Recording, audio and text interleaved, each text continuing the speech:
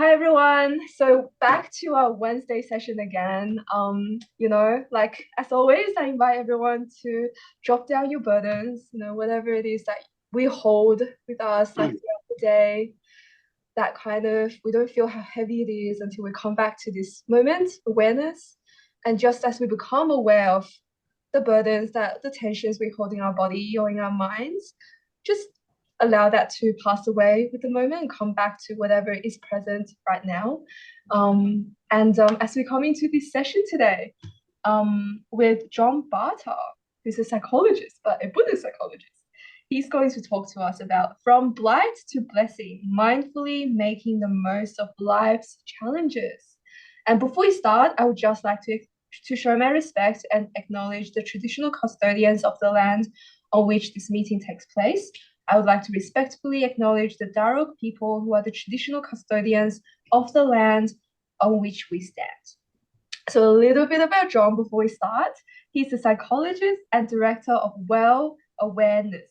He offers a unique approach to health, healing, and conscious living by creating and supporting wellness through awareness.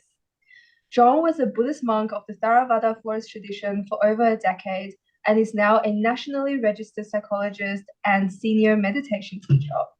At Well Awareness Psychology, John uses the medical science, knowledge, and understanding of mind-body medicine, balanced with the wisdom, insights, perspectives, and mindfulness practices of traditional Buddhism.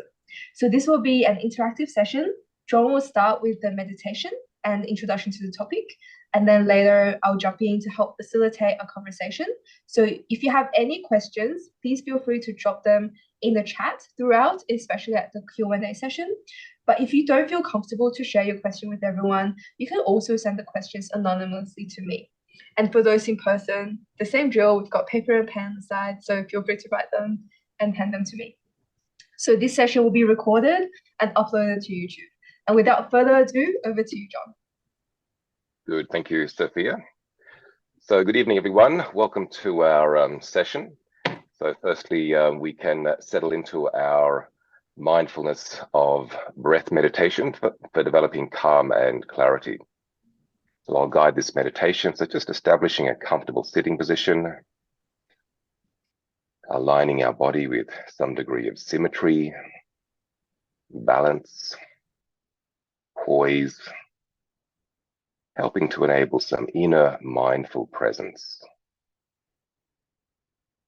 Our eyes gently closed, helping to bring awareness within. And having an initial deep, relaxing, letting go breath.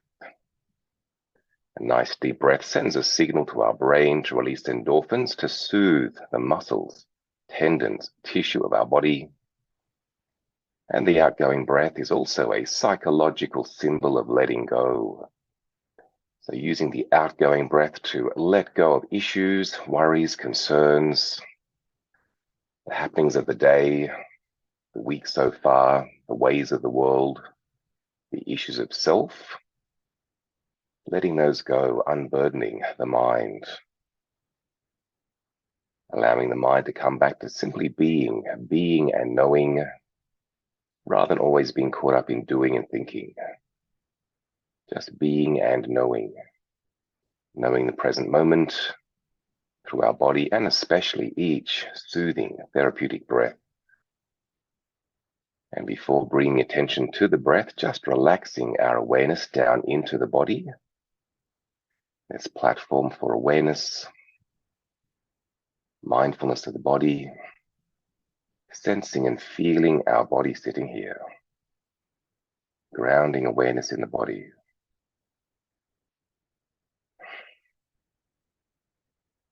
Feeling grounded, settled, centered, present. Maybe noticing a few contact sensations. Maybe feeling our feet connecting with the floor.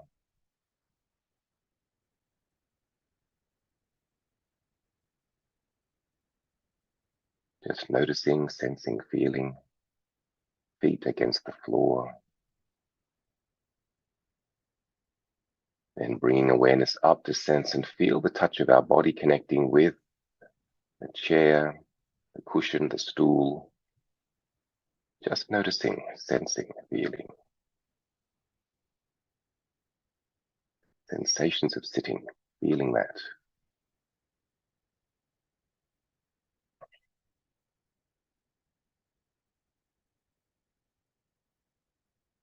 And then bringing awareness up to our hands and fingers resting in our lap, making sure they feel comfortable, adjusting them if we need to, and feeling the sensation of our hands and fingers, one hand against the other, sensation of warmth or coolness, softness or moistness, or maybe sensing the fabric of our clothes. Just noticing, sensing, feeling.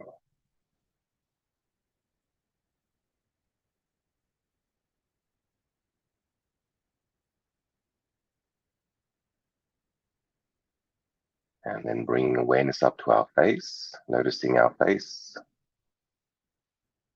maybe even feeling the air connecting with our face, sensations on our face, within our face, noticing our face.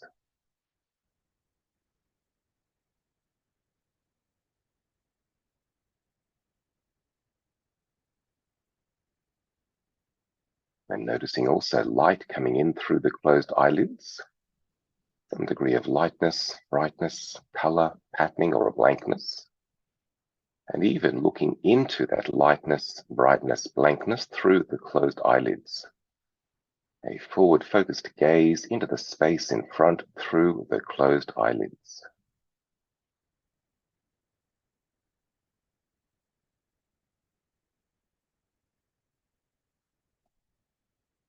And not being distracted by background sounds. And not getting caught into the internal sight or sound of thoughts. Giving our brain mind a break from thinking. As we now bring our attention to focus onto our breath at our nose or nostril area, finding a place of main sensation in the nose nostril area, directing attention there and holding attention there.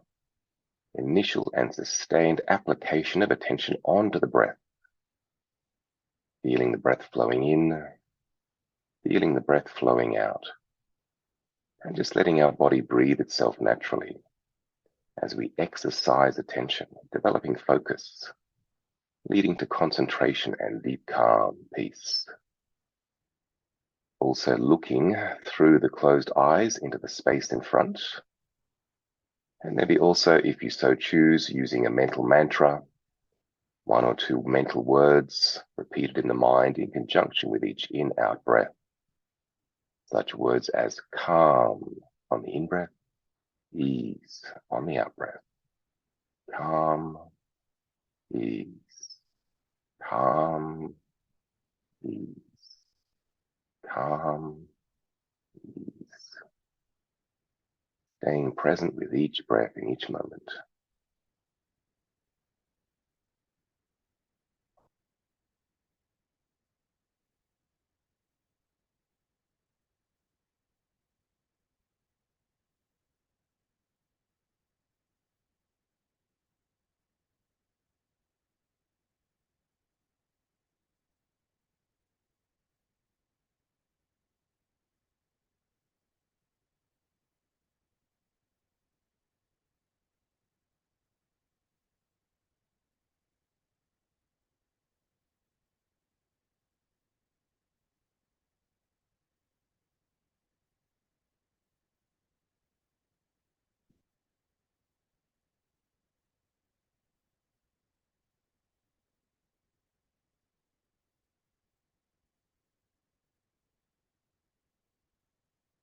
And if you notice the mind's got caught into thinking, then just retrieving our attention back to our meditation object, the breath, connecting with each life-giving breath in the present, as if our life depends upon it.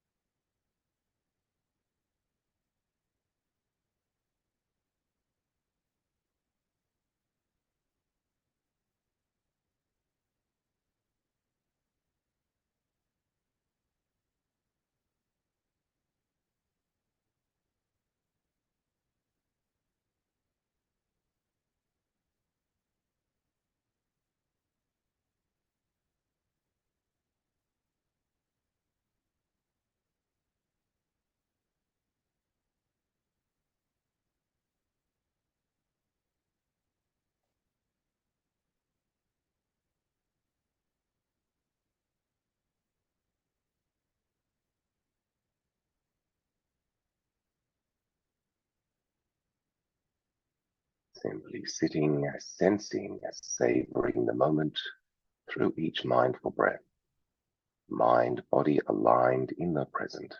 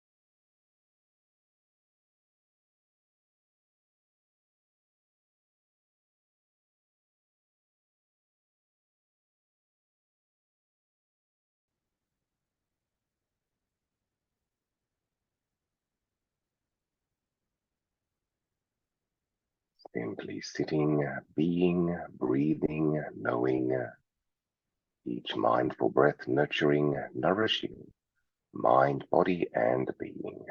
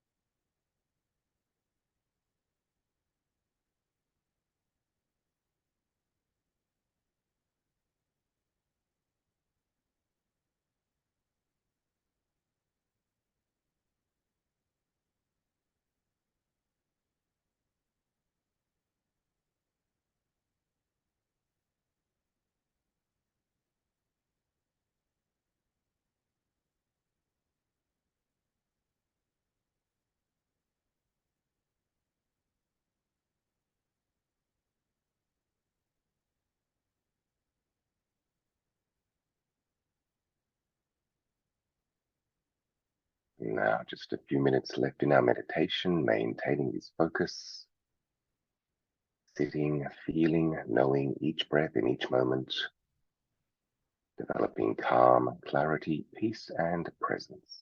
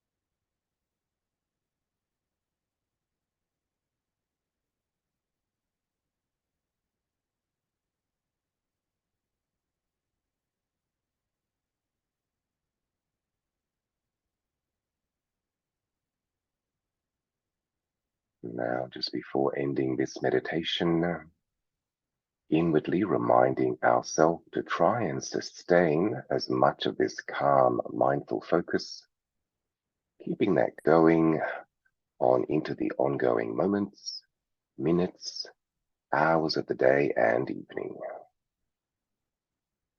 And to end the meditation, just taking a deep breath and slowly opening our eyes to finish.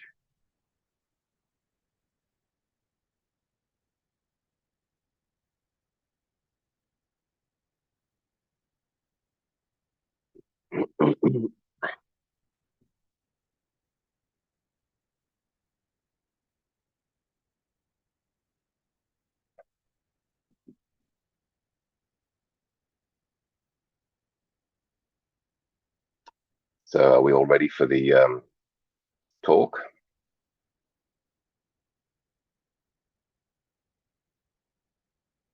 Hello, Sophie, are you there? Hi, yes, we were muted. Yes, we're ready for the talk. Thank you. Okay, good, good. So do we have any more people that have joined? Yes, actually, I think we have 17 online and we still have 6 in person. Okay, very good. So good evening, everyone. Welcome to our evening session. And this evening, I wanted to share some reflections on the theme of from blight to blessing. And I think there's various ways in which we can appreciate this, but I think we can all relate to this idea of transforming issues into opportunities. So to begin by saying that here we are alive, we have life, and that in being alive, life, whilst as pleasant as it can be at times, it can be challenging, it can be distressing, it can be disturbing, it can be disappointing, it can be a great source of stress and suffering. Certainly, the fact that we're sitting and listening to this talk in the context of a Buddhist meditation group is because the Buddha pointed out 2,500 years ago that there is stress and suffering in life. And his profound teachings of the Four Noble Truths really bring this to light. And these truths are really four truths about the transformation of suffering into enlightenment. So from blight to blessings. We could even see that the first truth, that the noble truth of the fact of suffering, pointing out that yes, life does involve suffering, but what becomes important is to actually see that all our stress and suffering does have a cause. It doesn't happen for no reason, but there is a direct cause to our stress and suffering. And basically it's through ignorance that gets us caught into clinging, craving, being caught up, wishing, wanting, willing, desiring. And so that then brings the third noble truth, that there can be the ending of our stress and suffering. And that's through the ending of the clinging, craving, attachment that is happening. And therefore, there's the fourth noble truth, which is the fact that there is the possibility of the way to bring that about. The practice path, the Eightfold path, the Tangika Magga, the Noble Eightfold path. So this great teaching of the Buddha, the Arya Satya, the Four Noble Truths, is about the transformation of blight to blessing, the blessing of enlightenment, liberation, ultimate freedom. And my work as a psychologist is often about helping people to make this transformation for themselves. Because unfortunately, most people don't come to see me as a Buddhist psychologist because they're already enlightened or happy. They come because they tend to have some sort of issue, some problem, some degree of stress and suffering, and they're looking for some type of relief, some way of reducing. And I talk to them about the fact that often it's maybe not about the changing an external situation, but changing how they're seeing or relating to a situation, because someone may have a situation which cannot change, aging or illness, maybe not going to get better, and obviously death. So these things aren't going to change, but we can change our relationship to them. And this is where the appreciation of samadhi, right view, comes in. Certainly, right view in the context of the Eightfold Path is an appreciation and understanding of the Four Noble Truths. However, we can modify that slightly so that right view is let's say, a correct, objective perspective on reality. So seeing things in a clear, correct, wise way. And with that possibility of appreciating that how we perceive things then affects then how we receive things. So perception is so important here. Our view, our attitude, how we see then affects then what we receive and how we receive it. And that's where we do have some freedom, some choice. We can choose how we perceive things.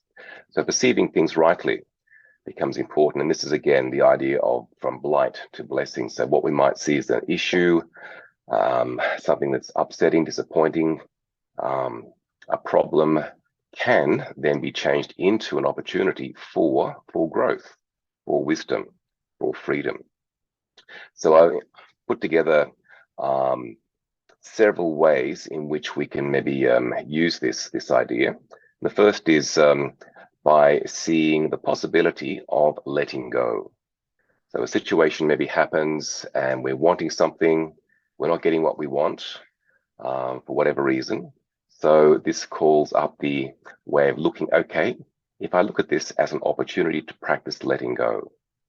We probably are aware that the ultimate spiritual practice is letting go, releasing the clinging, the craving, the desire, so letting go. And that letting go may mean that we're simplifying our life, leading a life that's a bit more simple, not complicating our life with extra things, extra doings, extra people, extra things that may create more stress, suffering for us. So the possibility of reducing, letting go, living more simply, even living lightly, on the planet, which certainly can be an important thing for us all to consider. And there's many situations where we can see, okay, in this situation, rather than forcing, trying to get what I don't have, get something more, get something bigger, get something faster, get a red one, get something that's I don't otherwise have, or maybe I do have it, but I just want another one.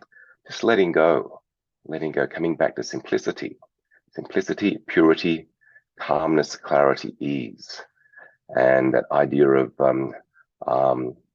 JOMO, the joy of missing out, as opposed to FOMO, the fear of missing out. And very, very much a Buddhist concept, the joy of letting go, the joy of being able to miss out on things that would otherwise complicate our lives and cause extra stress and concern. The second way of transforming blights into blessings is to be able to be open to options, to see the possibilities of different things occurring. Sometimes, again, in life, we may have a certain wish, want something to be happening, and it doesn't happen. It's like it doesn't work out, and a door closes, and that can cause us a lot of stress. And we miss out on opportunity, whether it's with work, buying something, a relationship, going somewhere. And so rather than reacting to that, getting caught up in the reacting, resisting, denying, distracting mode, being able to just stop, pause, be present, and be open to see what happens. Sometimes we can say that a door has to close before another one opens. And by allowing that door to close, maybe even for a while, allows things to take place, things to change, and maybe then some better opportunity does occur. Something that occurs that's much more wonderful, a great blessing, because we're able to let go and be open to allow things to flow forth, allow karma to occur, let's say. An example of this myself was that when I was 1, my father was diagnosed with a brain tumor.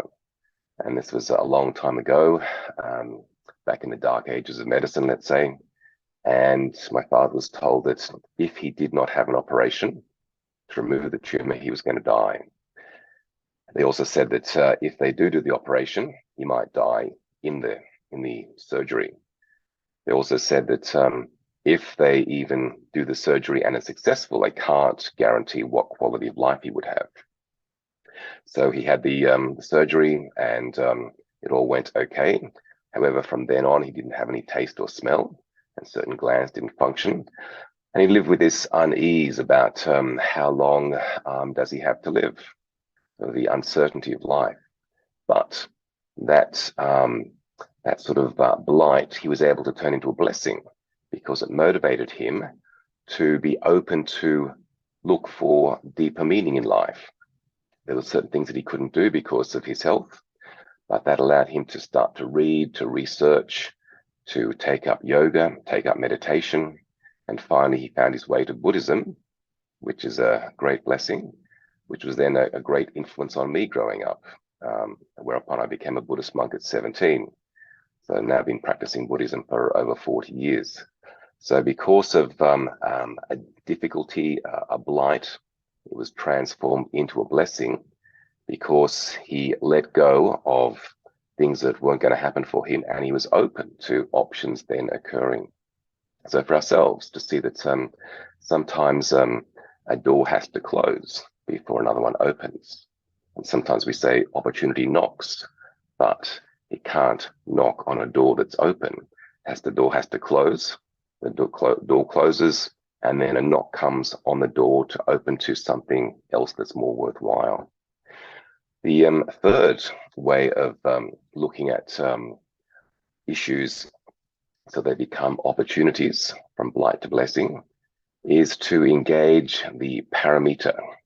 So maybe you've heard this term before, the paramita, the spiritual virtues, the 10 spiritual virtues in Buddhism, which are dana, sila, nekama, panya, virya, kanti, satya, adhitthana, metta, upekkha, translating as morality, letting go, wisdom, energy, patience, honesty, commitment, loving kindness, and equanimity.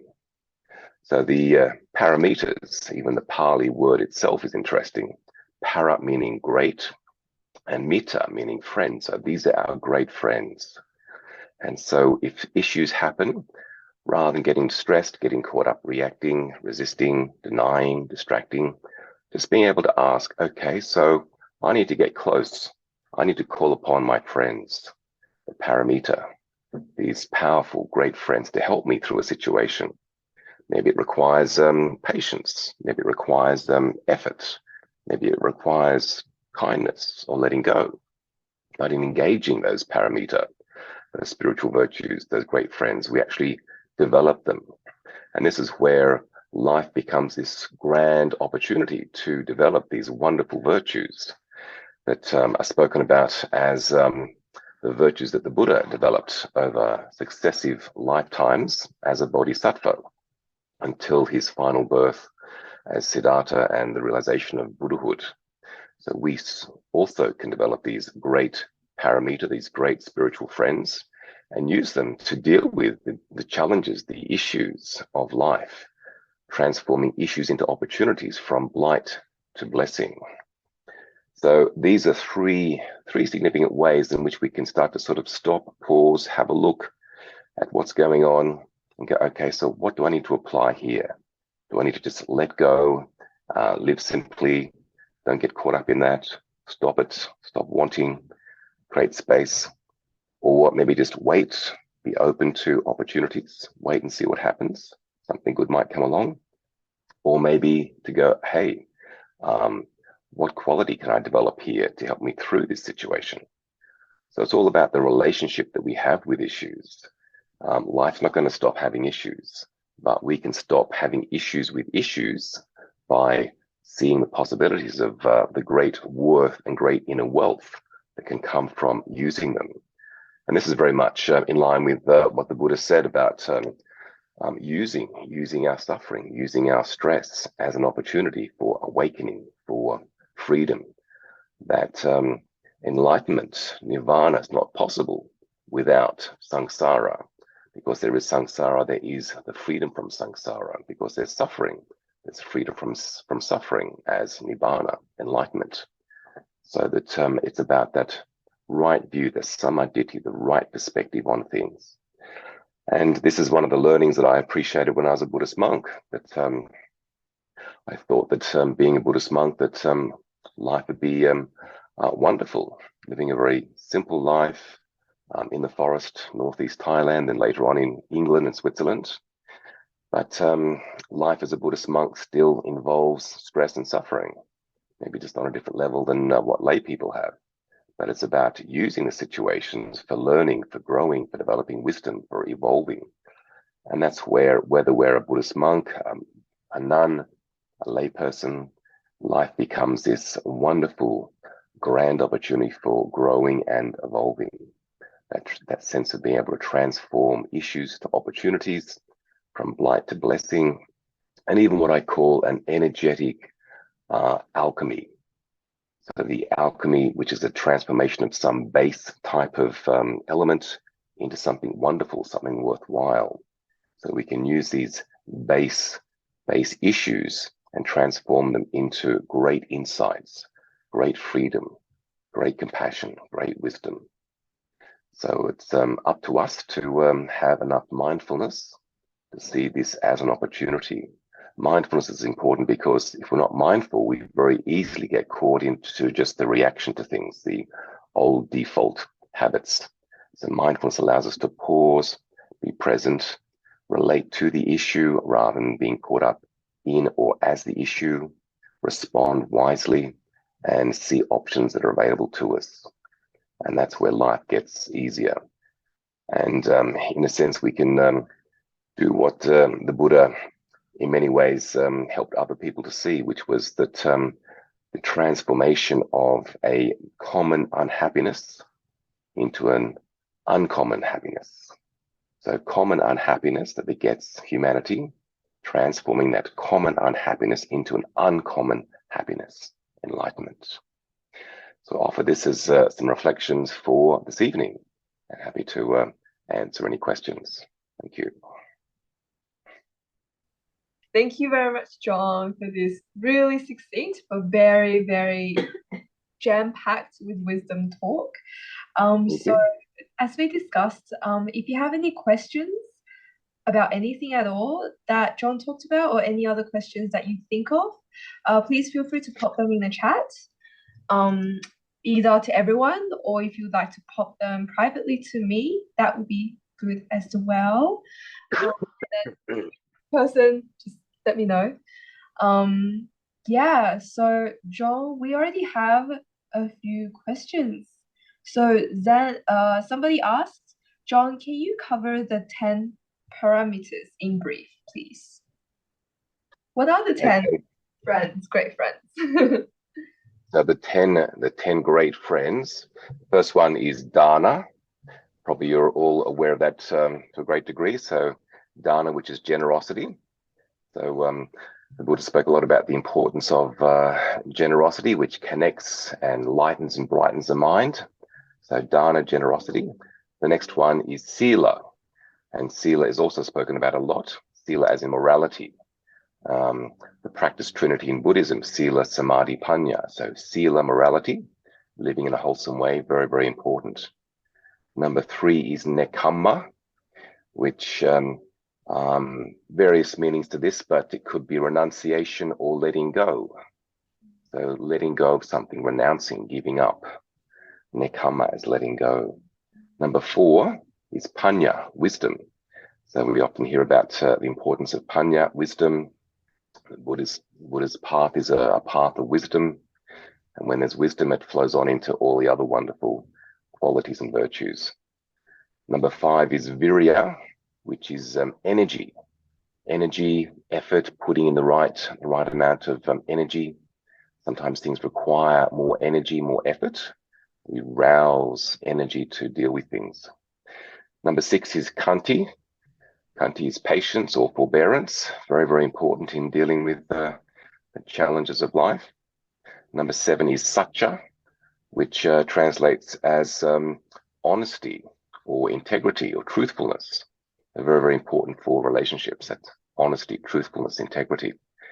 Number 8 is adhitthana, or commitment, the ability to make a commitment, hold a commitment, see it through, which is important for achieving things like studying, commitment to work, commitment in relationships, very important.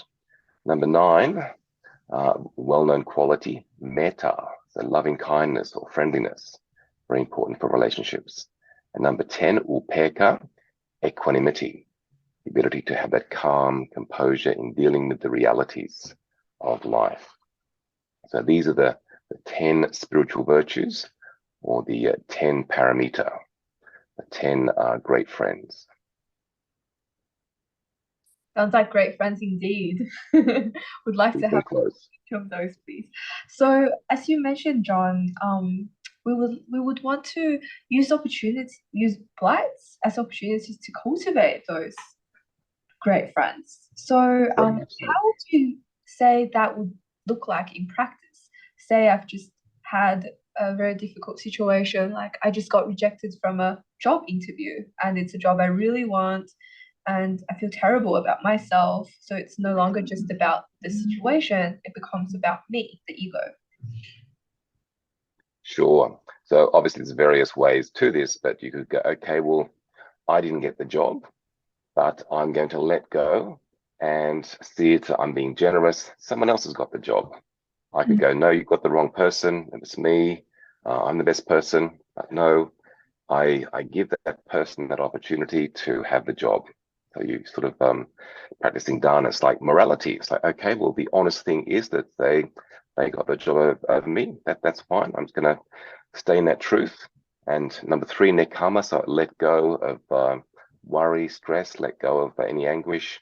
Let go of ego in that. Number 4, panya. So see the wisdom of that, and maybe a better job is going to come along.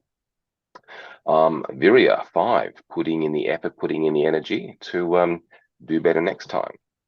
Number 7, such a being honest with oneself. Okay, so maybe the fact is that I wasn't good enough, I wasn't the right person.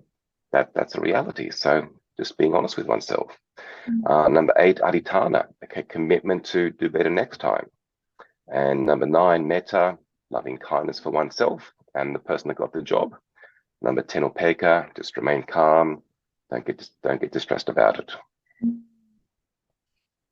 So you can use all of them, but there may be one of those ones that you might emphasize more, like maybe equanimity, to stay calm.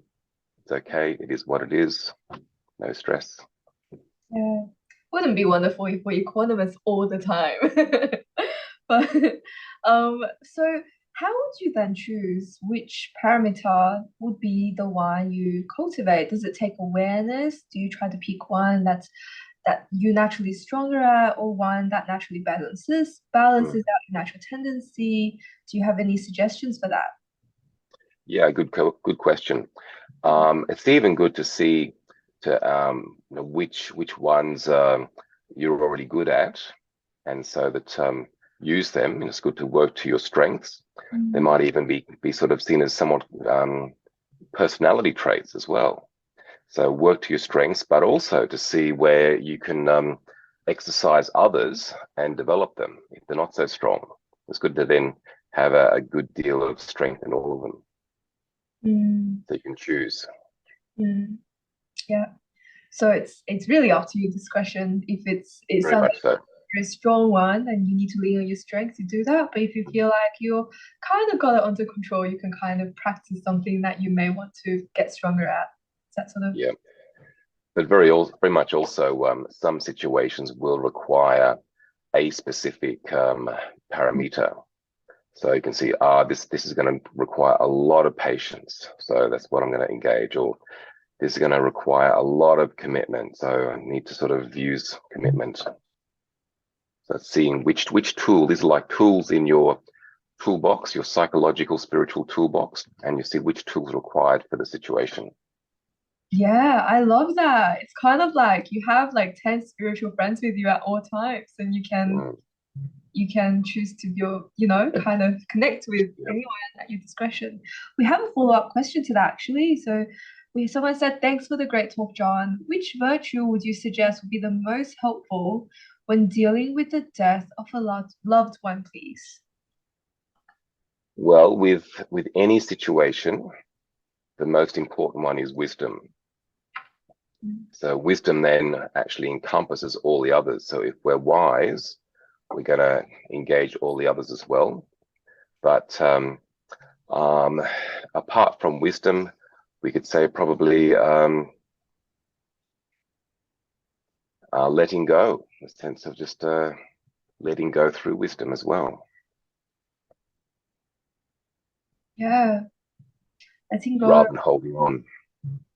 Yeah, it's often very hard to let go, John. As you know, we have very strong emotions often that come up. What's your advice for moments like this when you have, associated grief or strong emotion that come up?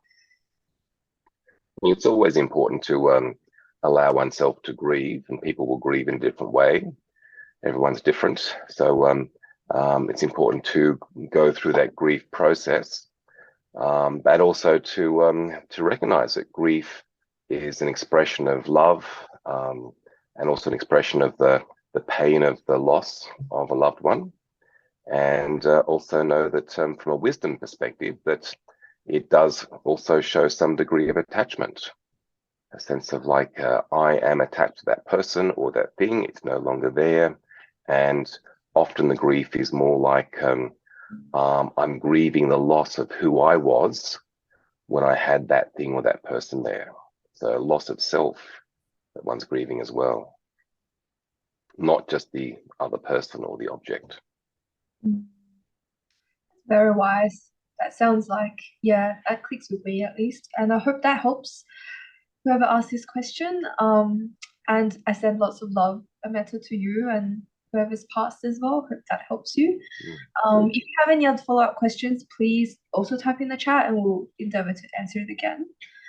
We have also a few other questions. One's related to what you talked about. Thanks, John. I have an illness that leaves me housebound and in constant pain. I have found through practice, rather than fight the situation, I have transformed it into a great chance to deepen my practice. Is there a danger in being too detached from the everyday world? There could be.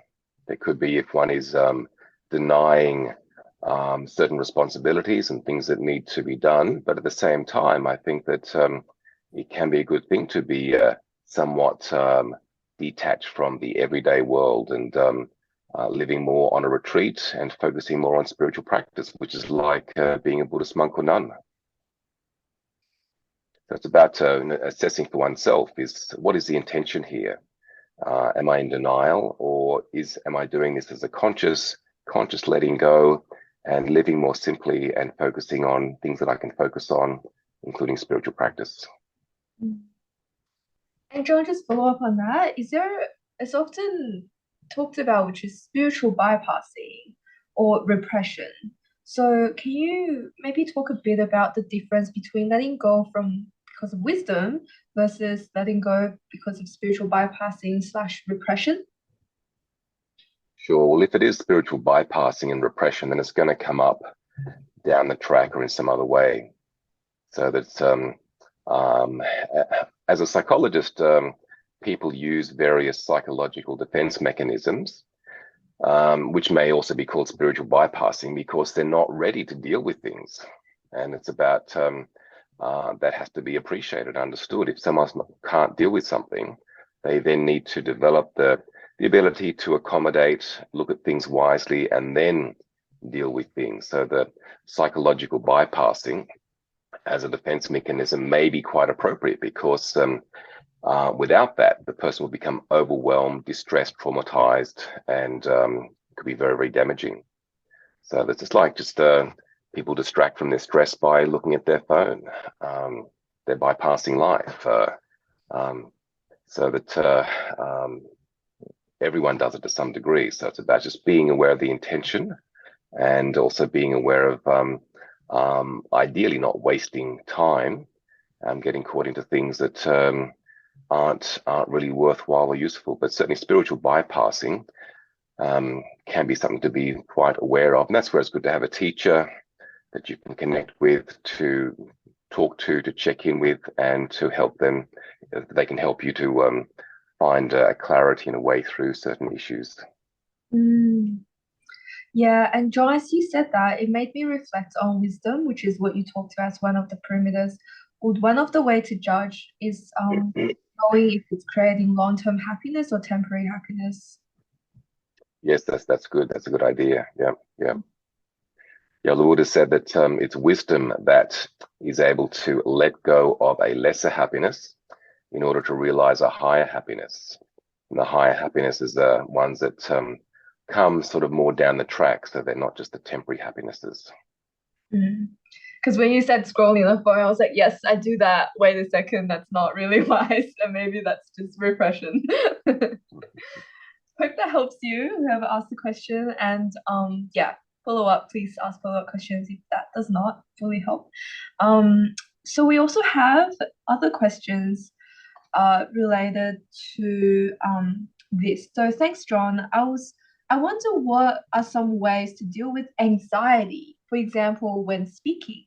One common advice is to be mindful, but this seems to often become another task that one feels need to be done, and thus another source of anxiety. Sure. Ideally, yes, be mindful, but so that's where practicing meditation comes in. The more we practice meditation, the more we have mindfulness, automatic, to help us deal with situations. So if anxiety comes up, we can be mindful of it, not get caught into it, know it will pass, breathe through it, and see that we can transform it into more helpful energy. So meditation certainly helps with developing mindfulness, so it's there as an ongoing skill. And John, do you have any other tips for maintaining that mindfulness throughout the day? Because we can't practically sit on a cushion. Of course, yeah. So certainly a regular practice, a daily practice of meditation And then just the more we take that mindfulness off the meditation cushion into daily life, just being mindful of what we're doing, sitting, standing, walking, talking, eating, just driving, reading, so that we're there, aware with what we're doing, and the mindfulness gathers. It's a bit like if you go to the gym, you don't leave the strength that you develop at the gym. You take that strength, flexibility out into whatever you're doing. But the same with the mindfulness, you develop it on the meditation cushion, and then you use it. It goes with you wherever you are. So then in that way, mindfulness isn't another task you have to do. It comes more naturally. Is that what you're trying to say as well? Yeah. So it's like writing. We have to learn how to write, but just picking up a pen doesn't become a task anymore. It's like we know how to write. It's easy because we've learnt it, and it's a skill that we have. The same with mindfulness; it becomes a skill that we have. It's not a task at all. Yeah, John. So do you with your psychology background and your background as like you very deeply practice in Buddhism. So do you have any advice for someone who experiences anxiety and they may not have enough mindfulness as a skill yet? So it's kind of like very hard for them to try to be mindful when their anxiety arises. What might Sure. be the right way to do about that? Well, ideally, to see a psychologist and get some strategies and some counseling. Some people might need to see a psychiatrist and get some medication to reduce the anxiety. But certainly anxiety and depression are things that can be worked with.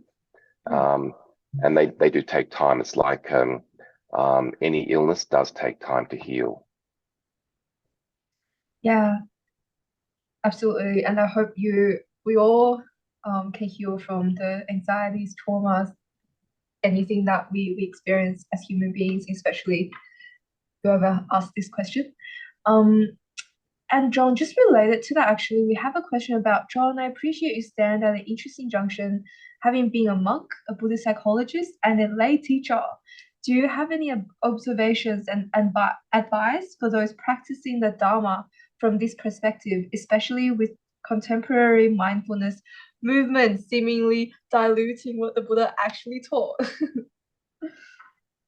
Sure, I think it's really important to, as pointed out there, to read the Buddha's teachings, the suttas, and to find out what the Buddha actually taught and how the Buddha practiced and lived, and to follow his example, because it's very easy for the Buddha's teachings to get caught up into Buddhism and to be watered down into things that are not really Buddha Dhamma, not really what the Buddha taught, nor how the Buddha practiced.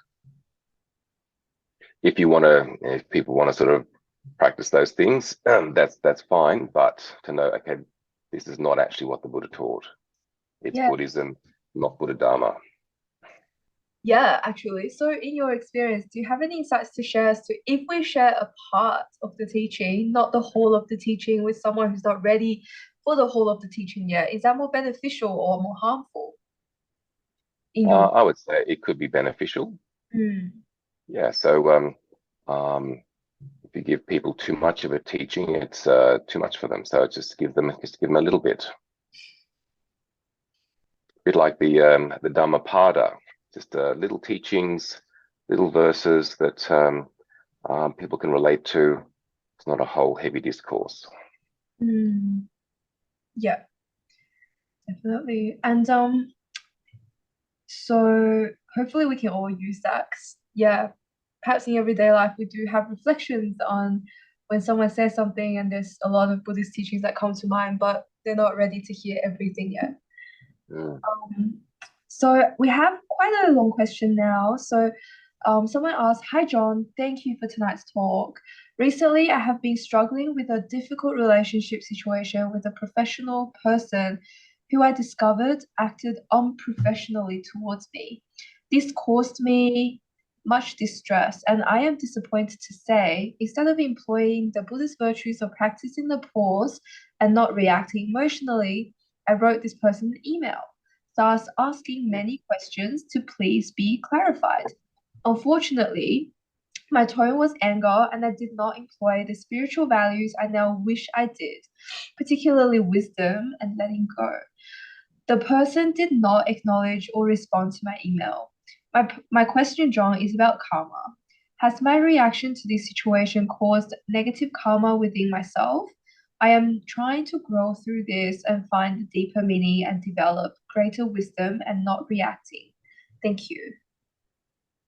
Well, and sorry to hear that this has happened to that person. It's unfortunate if a professional person's acted inappropriately, which they shouldn't. But it sounds like this person is using wisdom to see it as an opportunity for their own learning, and especially seeing that if someone did do something inappropriate, in some situations it may be important to let professional bodies know about it. But for oneself as well to go, okay, I need to learn from this. I need to be more careful, more discerning next time. And also I need to see that people may be professional, but they may be not enlightened. Most people aren't. And that was I expecting too much of this person? And so learning from the situation, learning about oneself, learning about one's reactions to the situation. And so that, again, you turn it from a blight into a blessing, which may be even then finding someone that's more able to be helpful for one than that person that obviously was limited and acted inappropriately. Hope that helps you. And John, just as you're talking about this, it reminds me of, actually, I have a question about sometimes like our like tendencies are just way like the habits of the minds are very strong, and we can't always be mindful and act in aligned with the values, and we might feel guilty or regret afterwards. Mm. So how to best deal with that, like that additional layer of like regret and guilt and fear? Sure. Mm. Yeah, well, it's good that you're mindful of it, and just noticing it. And often just the awareness of it allows a sense of disidentification with it and a sense of letting go. And once you've got sort of out of being caught up in it, then you can maybe reflect, well, where did that come from? And why did that happen? Has it happened in the past? And how can I maybe be more mindful and wise next time to not get caught up in that? So you learn from it. This is where we can recycle events, and then we can upcycle events, transform something into something quite worthwhile. So remembering is like a recycle. Okay, what went on there? What happened? What was my intention? How did it occur? And then upcycle into wisdom, understanding. I love that. Recycling the Buddhist world. And that actually, John, as you're saying that, it reminds me of a teaching. I don't know if it's actually a teaching or I just heard it. But it's like you can be mindful before event, during event, or after. And it's best to be mindful like during or yeah, before, and then it's during, and but it's also okay and great that you can be mindful of it after. Sure. Yeah. Yeah. Very good. Thank you. And hopefully that helps you. Yeah. Yeah, I'm very sorry to hear as well that you had to experience that. We have other questions. We have a lot of questions. So, I have a question which is, how does one let go? It seems so hard when anger arises and we only become aware of the negative post the fact, which is sort of related to what we just talked about. Um, Yeah. yeah, it's very difficult to let go of anger because it's caught up in self-righteousness, and so forth. But if we're mindful enough, we see that there's a choice. I can get caught up in anger, or I can just let go into freedom. And the anger is often just a waste of time and a waste of energy, often destroys relationships.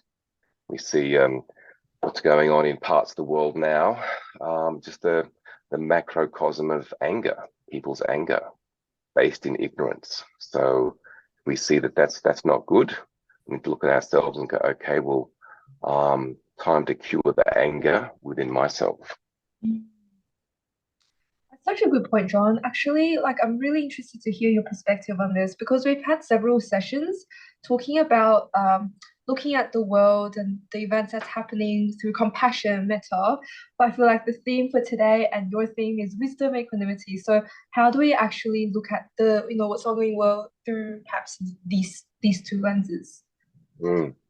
Yeah, really important because these situations are going to continue as they have for hundreds or even thousands of years until we evolve, until we learn. And rather than getting caught up in anger and resentment and fear and confusion, which is what drives these things on a global scale, to go, okay, this is time to end the conflict within me. So to develop the Buddhist virtues, to develop equanimity, compassion, wisdom, so that there's no ongoing anger and ignorance in me. And given that we are a human being, then that shows us possibility of others developing this as well. So leading by example. Yeah, that's so wonderful. I love hearing that. Yeah, it's kind of like often when you hear about it, you can feel hopeless or really sad. But if you can redirect the energy into like cultivate, like you from blight to blessing, that's really Yep. powerful. So we can be the change that the world needs. Yeah, that's great. Thank you. Um, so actually we also have other questions. So one is, would you say that suffering and freedom of suffering exist in every moment, like at the same time, depending on our level of mindfulness? Sure. Yeah, that's a good point. So it's like there's this micro edge. There can be suffering, or we can move to the other side, no suffering. So it's like every moment has that opportunity for becoming or non-becoming, for clinging or for letting go. That's where the practice gets right down to just mind moments. Yeah, which is why we really gotta sharpen our mindfulness. Exactly. Um, and also just on your point about um letting go, is letting go more important at an internal level than external? So, for example, you can have things but not necessarily be attached to them. Yeah, yeah, for sure. Yeah. Mm. So that ultimately it's an internal letting go. Mm. And we also have a question, which is, thank you, John, for tonight's session. If you are comfortable sharing, why did you disrobe as a monk? And totally, please only share if you feel comfortable. Yeah, and Sure. don't have to if it's, yeah. Well, in a way, I was practicing letting go. I, Mm. excuse me. So I'd been a monk for 11 years, from the age of 17 to 28.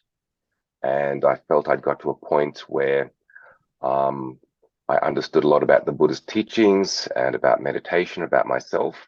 And I felt that I could either continue as a Buddhist monk in a more sort of restricted environment, or I could continue my learning in the broader context of mainstream life.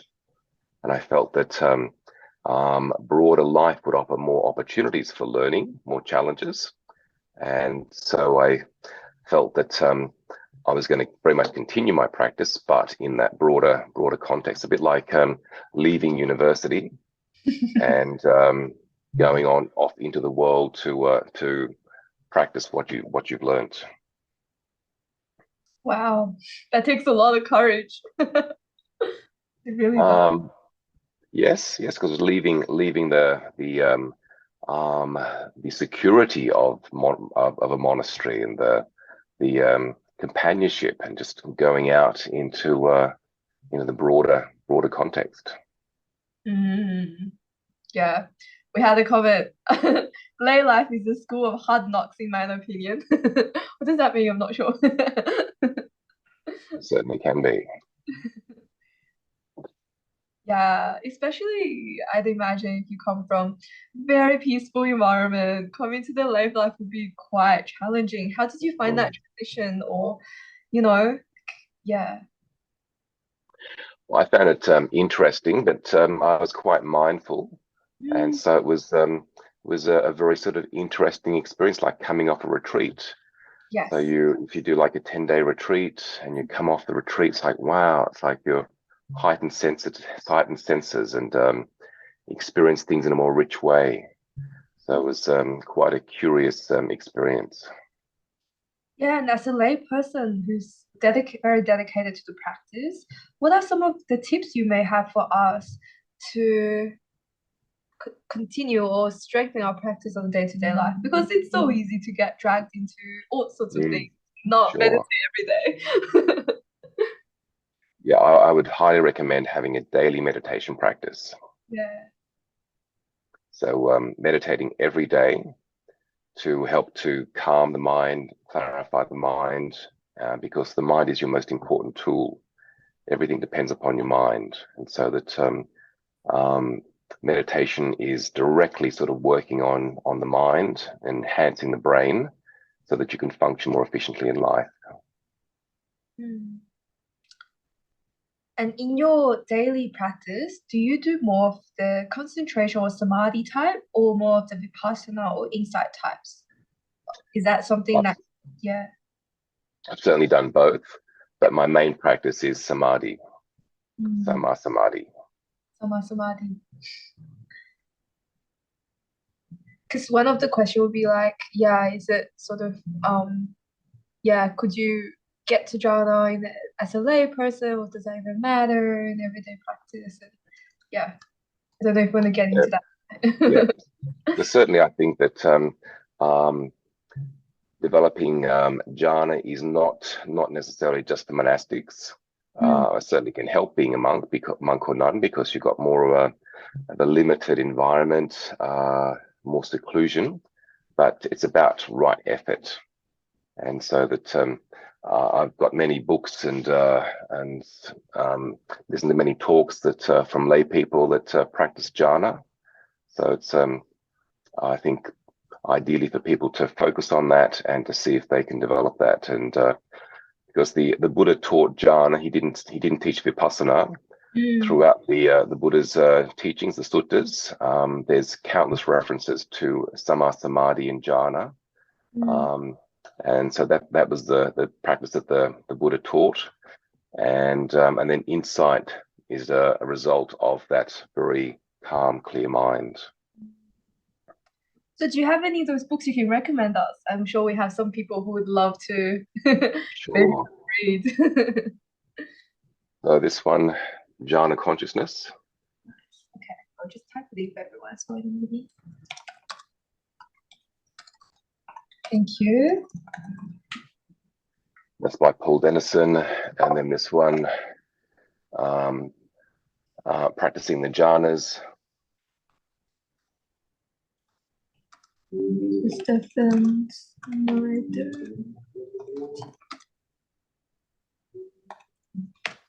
Yep, thank you. And then this one, right concentration, practical guide to the jhanas, Lee Brasington. Nice, thank you. And then this one, early Buddhist meditation, the four jhanas as the actualization of insight, Karen Abel.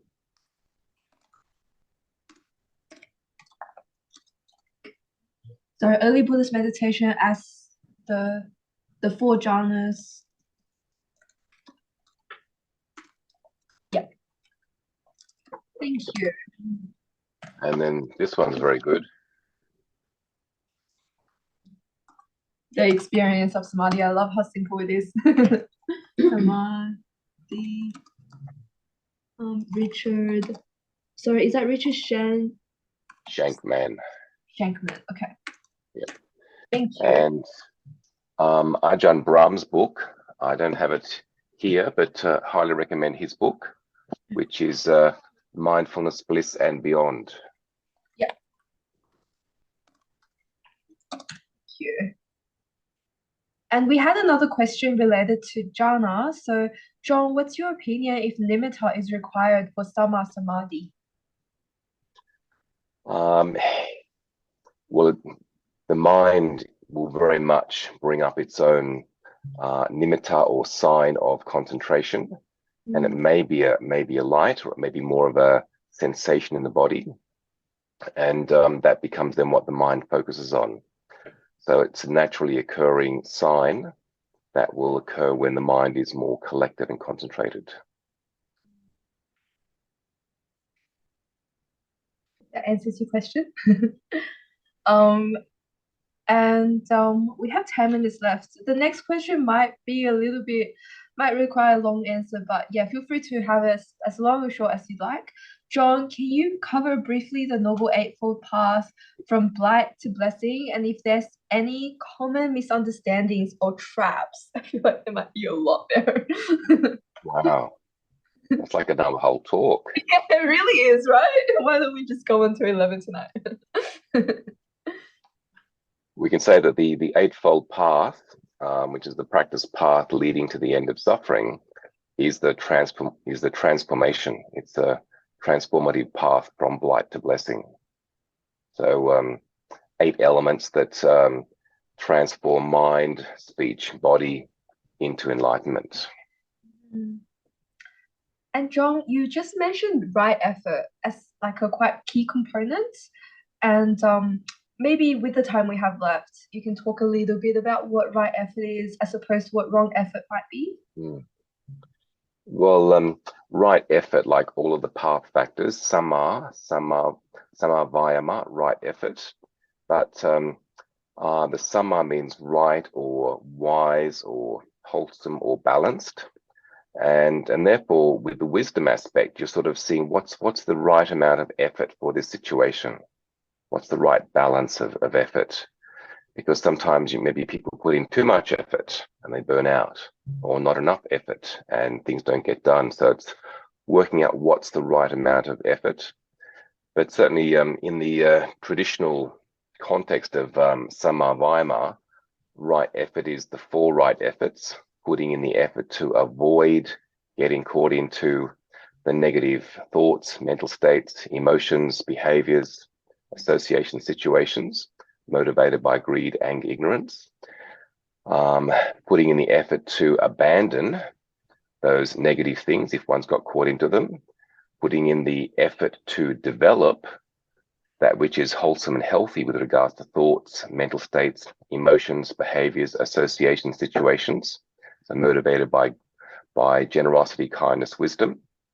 And the 4th right effort, putting in the effort to maintain those things. So 2 are about avoiding or abandoning, 2 are about developing, maintaining. And that becomes a quintessential practice for life. Absolutely. And how would that apply to our meditation? We sitting in the meditation, how do we apply those 4 fundamental right effort principles? Yeah, good question. So certainly in sitting meditations, about putting in the right effort to avoid getting caught into the 5 hindrances.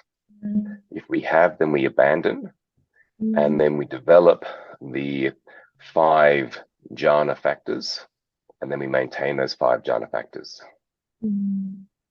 So the right effort really relates to meditation very, very specifically. And we have a question. What are the 5 jhana factors? So the 5 jhana factors are, the first one is vitakka, initial application of the mind onto the breath, meditation object. Vichara, sustained application of the mind on the meditation object. Then we have piti, which is joy that arises. Then we have sukha, happiness, well-being that occurs.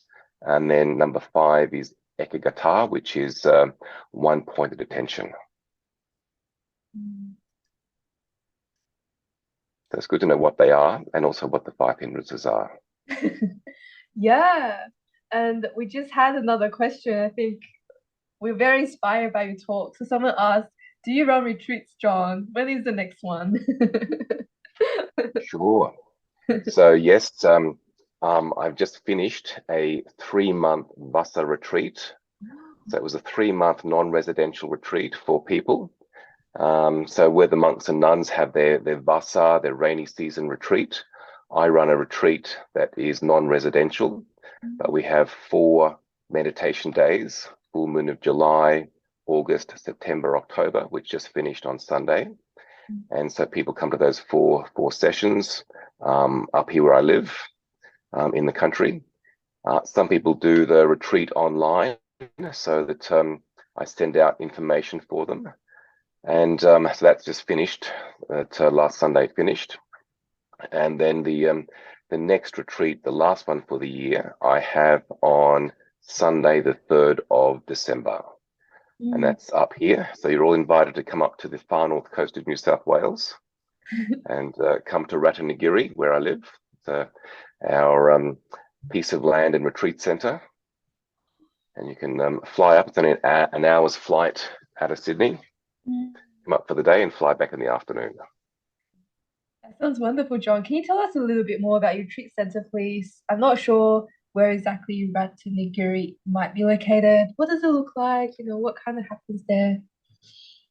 Well, have a look at my website. There's lots of photographs on there. Particularly my blog has various photographs of even one that went up yesterday that has the meditation room. It's got my verse about jhana as well.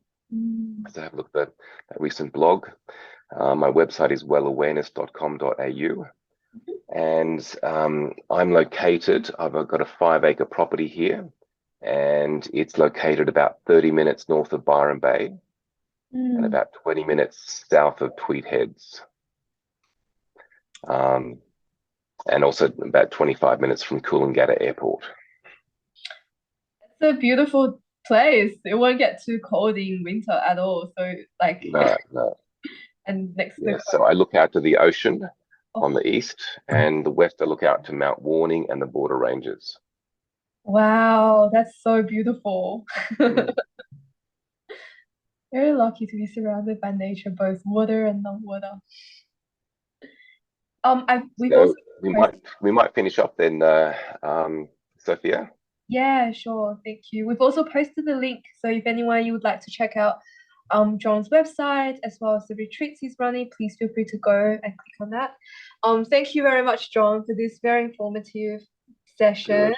I feel like it's a very grounded talk. You know, we have talks where it's very like beautiful, loving, but today is very grounded. Like it's lots of equanimity and wisdom. That's the theme. And so thank you for sharing your energy and sharing all of those beautiful books with us as well, and inspiration for practice. Really excellent talk, and we have people concurring with me in the chat as well. So yeah, before we close up, would you like to do dedication of merits or prayer, whichever you prefer? Yes, we can do a dedication of merit. Okay. So just closing our eyes and bringing awareness within, having a mindful breath,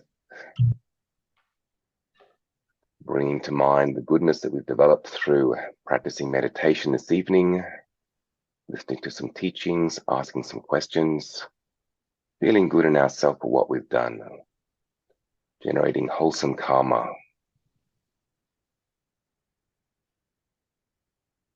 And then whatever good karmas come from this evening and indeed our day, let's gift that merit to people significant to us, loved ones, family, friends, colleagues, associates, people that we connect with, and indeed the whole world.